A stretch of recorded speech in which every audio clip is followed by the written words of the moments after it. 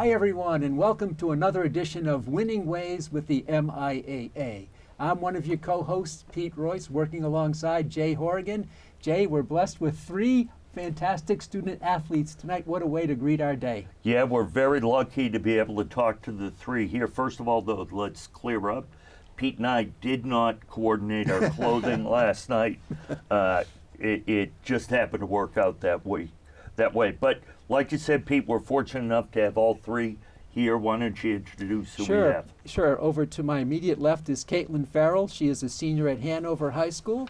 Next to her is Juliana Pompey, senior at Leominster High, and also Matt McAuliffe, a senior at Pembroke High School. Let's start with this simple question, ladies and gentlemen. How did you get started in athletics? Let's start with you, Caitlin. I started athletics from a young age, like town soccer. I remember in kindergarten, kicking the ball around with my older sister. So my parents were like to get me involved, so I did all the sports you could think of, tried them all out. Great. And yourself, Juliana? Same kind of thing. I tried everything and kind of stuck with the few sports I'm playing now. That's good. Matt, how about you? How'd you get your start in this? 100% my parents. Yeah. They always played soccer growing up. They played basketball, so they put me in those. Had me try lacrosse, had me try to skate, but I never liked that. But Yeah. Oh, that's great. That's great. And also, all of you are great in the classroom. Maybe afterwards you can kind of rub my head or something. Maybe some of that smarts would run off against me. Or, I don't know, Hey, Jay, you were probably an no. honor student too, Jay. Yeah, I was an honor student, Pete. We'll go with that. First of all, I'd ask you, field hockey, all three of you have been playing these sports since you were young. What kind of, you're from Leominster, right? Yes. Okay. Senior? Yes. Okay. How'd you start on field hockey? How'd you pick field hockey? I actually picked field hockey up last in 8th grade. I started with my Catholic school league. Yeah. And there's also a town league that's middle school. So I started kind of later, but I went through that program. Awesome. How do you, we'll start over here. Caitlin, how do you balance, to be the student athlete of the month, as it kind of indicates, you've got to be a good student. How do you balance all the time soccer takes up in the classroom? How do you deal with all that? Yeah, there's definitely a lot of time management you need to go about. I feel like some weeks I'd obviously had to prioritize my sport. Like when we were really heavy in tournament, I was definitely very involved with soccer, but then you also can't forget some weeks you have to make sure to work extra hard in the classroom just to overcompensate for that. Absolutely. How about you, Juliana? Same kind of thing. Making sure I practice or plan out when I'm going to practice and when I'm going to do my homework and have a nice set schedule. Kind of helps. It's going to be a little exhausting. How about you, Matt? I just take use of the time I have. So study in school, I'll get my work done. I think that creating a good relationship with your teachers, so that if we are deep in the tournament and you need to you're not able to get an assignment done, you're able to let them know and then get it done afterwards. But it's really just, I have a to-do list that I just kind of go forward with. The two soccer players, they lost, Pete, in the semifinals. They actually both lost to the same school, Norwell, who went on to win it. And you said you got eliminated by Minichog. Yes. Minichog. Yeah. We'll call him Mini. So all three of you were eliminated right before the finals. How did that impact you, and did it have any impact? I know it's tough, especially being a senior, your last game in that specific sport in high school. Did it have any impact on your the school part of your day? So we lost the final game. So state finalist game. Oh, I didn't. I thought it was semis. Yeah. So it was definitely sad, having to say goodbye to all your teammates and your coaches you just grown up playing with. We both lost in the finals to Norwell. You said Okay. semis. Yeah, I just wanted to. Yeah. Okay. Wow, that had to be. Yeah. Same. Yeah.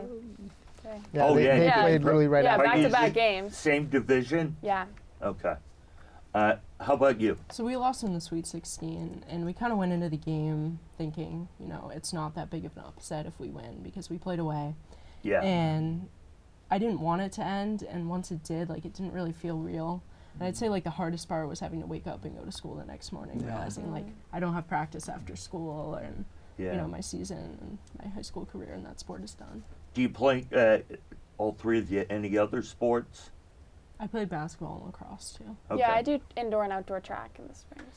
I just played club soccer, but I played like lacrosse up till 8th grade, and then basketball freshman and sophomore year. So when the high school soccer season ends, you go into, do you do indoor soccer or just wait till the spring? I'm with a new club team this year because great. my entire club team's in like college now, or Yeah. my old club team, and they have like 40 games this season, which is like way Wow. more than I think I ever had. But we had like 3 games in a tournament last week or 2 weekends ago, and then so I basically jumped right back in.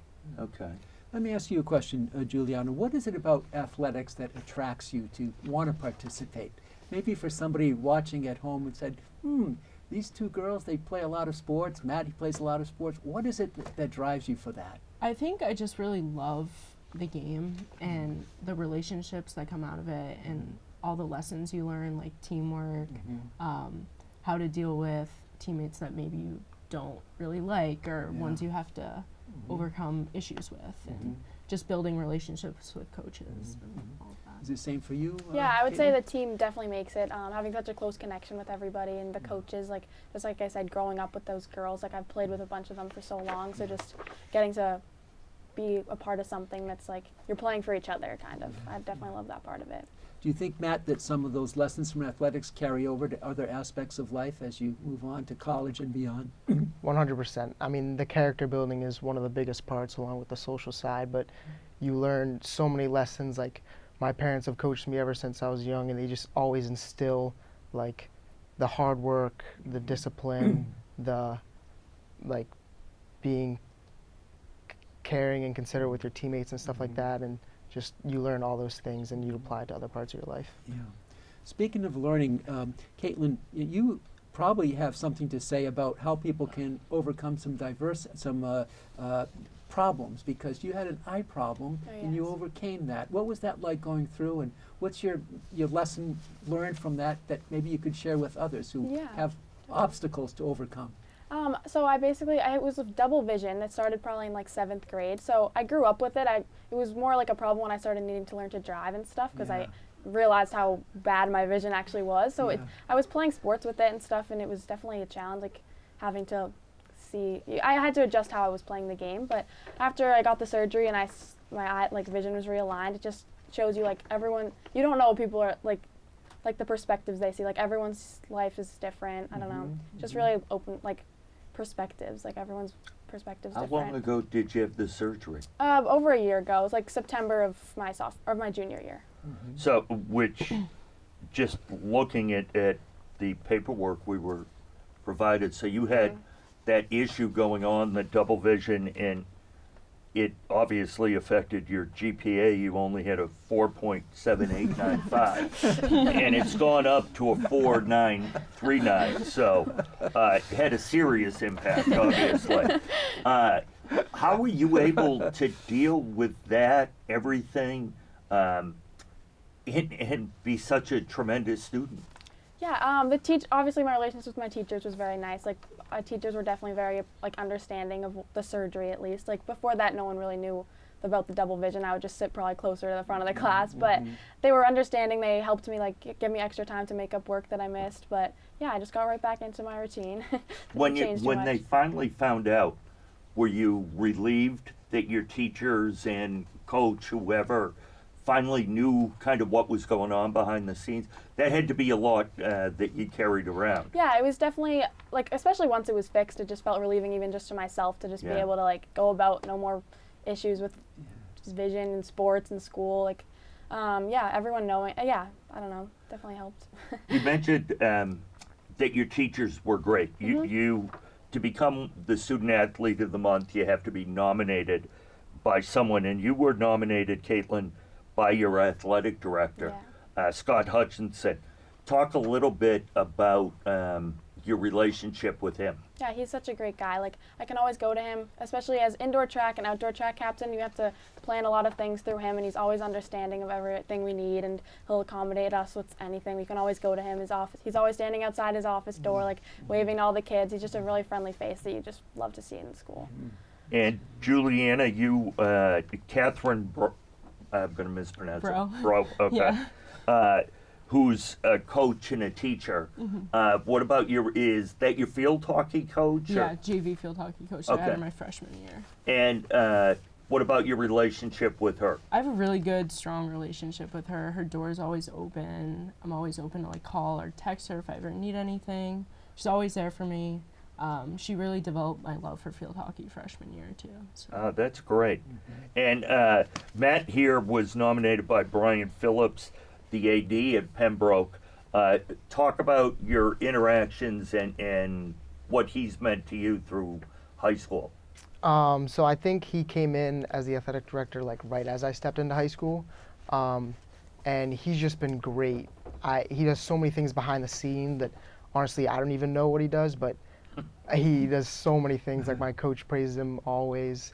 Again, I can go to him whenever I need, and he always sets up all the games. He gives us, he sets up like the rescheduled games and stuff like that. So he basically does everything for every team during the fall. So it's actually amazing how he does it all. Great, Pete. Yeah. All of you are in leadership positions, and you wouldn't be Student Athlete of the Month without it. Would you say you all lead by words or by example or both? How do you kind of size that? Let's start with you, Caitlin. How do you figure on that? Yeah, I would say, I mean both. I'm definitely I'm a part of student council, so I'm the executive board president. So not my class president, but like overseeing like the school. I do like the pep rally and the school spirit and stuff. So I don't, definitely just being a face that the student council recognizes is definitely probably how I lead. Yeah. How about on the field of play? You have to get on to people? Yeah, you definitely, especially when you're the team sports with 11 people on the field, like no one can, you have to make sure everyone's like on their game. You have to call people out, obviously in a respectful manner, just being like, trying to lift the team spirits and make sure we all have the same energy on the field. Yeah, that's good. Same for you, Juliana? Yeah. Words and action, both? Yeah, I would say one of my bigger things is making sure everyone's working hard in practice and in games, picking people up and saying, hey, I know you can do this a little harder, like just push that extra step to make us all better. Do you yell at anybody on your team? I would say I do, not more than some of my other captains, but I love to push people like that. I think that for me it's more actions than words, but definitely both. Yeah. I like to, in the past, like previous captains or leaders that I looked up to, they are always the ones who are picking up the balls, even though they're the captain, cleaning up, just always giving their all, and you see that, and it's kind of like you want to mirror that if you like put them above you. So I just try to do that so that hopefully I bet the kids below me maybe look up to me. I know that my brother definitely was, who was a freshman this year, who got to play with. And then words part, it's just kind of pushing them and making sure they keep the work ethic up, making sure they stay on their guy and during the throw-ins. So, Do you find it easier, all three of you, if your teammates or your classmates see you behave in a certain way, do something, cleaning up after practice, you talked about collecting whatever the cones, the balls, everything. Is it then easier to ask them to help you out or suggest that they do that? Meaning that if I'm an underclassman, if I'm your brother and I see you doing it and you're the captain, I'm going to try to help you out and do it. Do you find that, all three of you find that as kind of a helpful tool? Yeah, definitely. I think if you're the person that everyone's looking up to and you're taking the action and taking the initiative to be that person for the coach and the team, pick up the balls after practice and you're not actually the one who has to, I think that definitely sets this tone for the underclassmen. What's the atmosphere in school on game day? How does that come down? I mean, are you, viewed in high esteem? Do kids say good luck tonight or this afternoon, or how does it work inside the halls of a school on game day? Let's start with you, Juliana. So I know at Leominster, we all try to, at least for girls sports, like coordinate what we're wearing and Ah, say, okay, okay. we're gonna wear these warm-ups. Just like Jay and I today. Yeah, yeah. just- It's a big game for both of us. Yeah. so that way people kind of know, like, okay, we have a game, they Yeah. see it. And yeah, a lot of my friends will be like, oh, like, good luck tonight. And it's just like a really good atmosphere because, Good. I mean, everyone has their different talents, and like being able to see someone who maybe has like a play later, you're like, okay, like, good luck, like, and they do the same, and it's just everyone kind of works I'm together. glad you mentioned not just athletics because you recognize other activities as being bona fide, true, good Yeah. activities in the school too. How about yourself in your school? What's day of game like? We usually coordinate a lot. In the past, we've like dressed up, like button down and tie, but Wow. this year we didn't really go with that. Most of my other captains just wanted to wear the tracksuits we had, but always the teachers are always saying like good luck or wow, that was a great game you had yesterday, like good plays. So it's always uplifting from those teachers to hear that they actually like care about and watch the games. Yeah, same for you? Yeah, Caitlin? we wear uniforms every game day, away or Oh, home. So, okay, and then nice. we love our team environment. We all like dyed our hair blue with this for the season, so we're always repping soccer. Pete and I were going to do that for this show, but Shut up. I got home late last night. So, Unfortunate. yeah. Yeah. Oh, that's great. All three, just curious, your favorite subjects? I would say math. Okay. Yeah. Science. I'm gonna have to go business. Okay. Yeah. Yeah. Some that's smart good. stuff. Yeah. Mine was the Speaking lunch. of that, how about, I can second that. Yeah. how about future plans? You're going to continue on in sports, or you're going to just go academic, or how do you look ahead? What do you think your future? Where does it lie? Yeah, for schools, I'm not looking to like go for the sport, but I would be open to playing like club level at any school I go to. So that's definitely a factor for Yeah. me. Big jump, huh, from high school to college Yeah, I know. competition. Yeah, yeah. How about yourself? Same thing. Yeah, not like committing for a sport, just academically. Yeah, that's good. I'm still deciding right now, but I am looking to play in the college, so I'm happy with that. Are we find a lot of students these days, as they're getting ready to decide on schools, going to look at schools, a big decision is whether you want to go to a smaller school or a big time atmosphere school, like in Alabama or something like that. Do any one of the three of you have a preference on that? Have you even thought about that? I can start. I think I definitely, looking at where I've applied, it's more big school based, but I'm open to either. Yeah. Yeah. I'm somewhere in the middle because I don't want something too small, Yeah. but I don't Yeah. want something too big either. Yeah. So I would say I'm somewhere in the middle.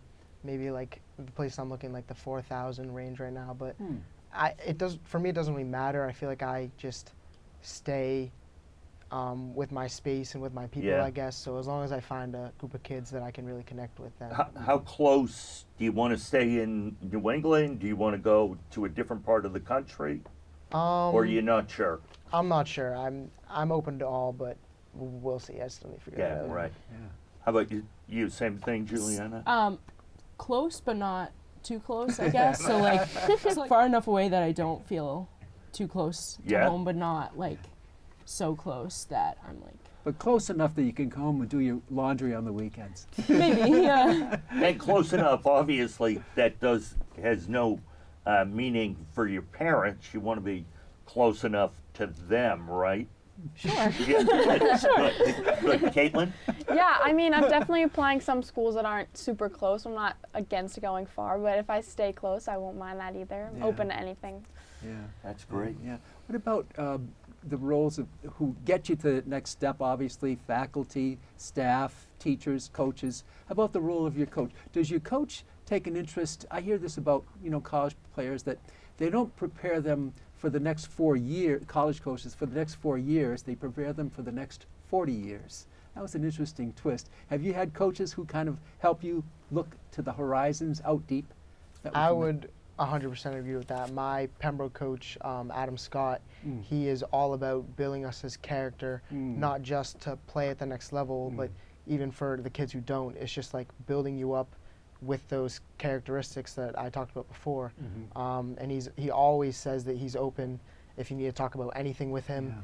he is happy to have you go to college, like help you get into colleges to play soccer or to not play for soccer. For me, he like wrote me a letter of recommendation for me to send to coaches, which was a very nice thing for him to do and was a great letter. So Yeah, same kind of thing for me. My field hockey coach, she's big on like life lessons Yeah. as well as like on the field.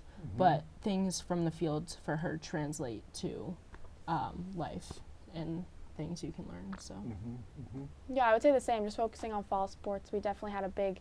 If we couldn't practice that day, we'd meet as a team and just talk about our team goals, like our team character, our chemistry. Like she wanted to make sure we saw past the soccer part of it and just made sure we were staying grounded. Yeah, that's great. I hear that athletes return and they always talk about who their high school coach was. It was like it just leaves this imprint on them that they respect for years and years and years. And I know high school coaching is one of the most revered vocations in America, and they don't do it for a summer home on the Cape because they don't make enough money, But that's would any of you ever think about doing a little coaching as you get older? I'll start. Yeah, I think I definitely want to coach somehow Wow. because I'll stay involved. Yeah. And like right now, I help coach younger kids, just to like get that experience and be able to help them. So I really enjoy it. So I think I want to coach when I get older. Yeah, that would be a tribute to your coaches because they've role modeled that for yourself. Yeah. I would say both my parents always coached like all of my teams growing up. So Okay. I feel like I just have to give that back wherever I end up, like raising a family, I guess, in the future, like adding to that community as my parents did mine. Nice. Yeah. Nice mission. Yeah, Good. jumping off of that, I agree. Like my dad coached me a lot growing up, and my siblings as well. So I think it'd be important for me to keep that going in my Yeah. family. Yeah, that's terrific. We'll begin to, close the curtain on the show, but I want to ask you about activities that you have beyond sports in the community. You've been involved with some things. You were involved in something called the Turkey Trot 5K. Was that you? Yeah, What was that all? we just volunteering. Okay. I don't know, the student council. We went to the middle school and did the turkey trot, and we also our soccer team volunteered at our town turkey trot. So just staying part of the community is important. Yeah. Any other interesting activities? I help with Challenger basketball. Oh, which, wow, that's awesome. Yeah, so it's really kind of opens like a new perspective for me. Did I see you worked with 6 and 7-year-olds? Yes. What is Yes. that like? It involves a lot of patience, Yeah. to say the least.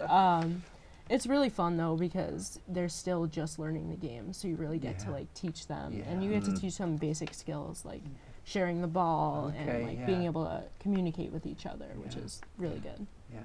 About yourself, Matt? Anything extracurricular? Part of National Honor Society, we are doing like a senior project, so I'm helping out at like the Pembroke Public Library. And we just do like different events for around the town of Pembroke where like they need help, so. That's great. Ultimately, I know you've talked about advancing your education in the business world. You're thinking of majoring in business. How about you two? Maybe something in like chemistry and going like the pharmacy route, which would be a lot of school, but Yeah. Yeah, I was thinking like engineering, like biomedical engineering to start off. See how I like it. It's a real easy major. Yeah, I know it. I know it. Yeah. Yeah. That's great. What would you both, or all three of you, had a successful season this past year? What is the one memory you'll take out of it, whether it's academically, whether it's athletically, or whatever? Juliana, we'll start with you. I would say the bus rides. Any of the bus rides, with the music and or like locker room before our states game. That always is It's fun. interesting you say that because a lot of people in the state have talked about, the new format of the tournament, and you hear about the bus rides and which end up being schools, whether they win or lose, that's their most enjoyable part of that. So that's really neat to hear.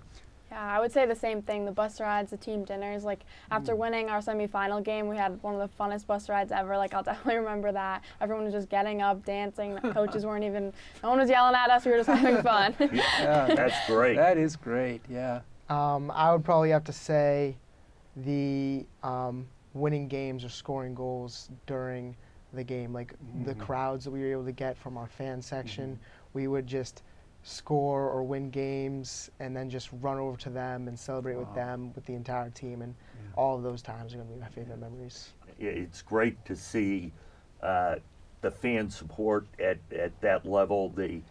It's really fun. Pete and I have been lucky enough to do a bunch of games over the years where a ton of students show up and cheer on the players. That is great to see.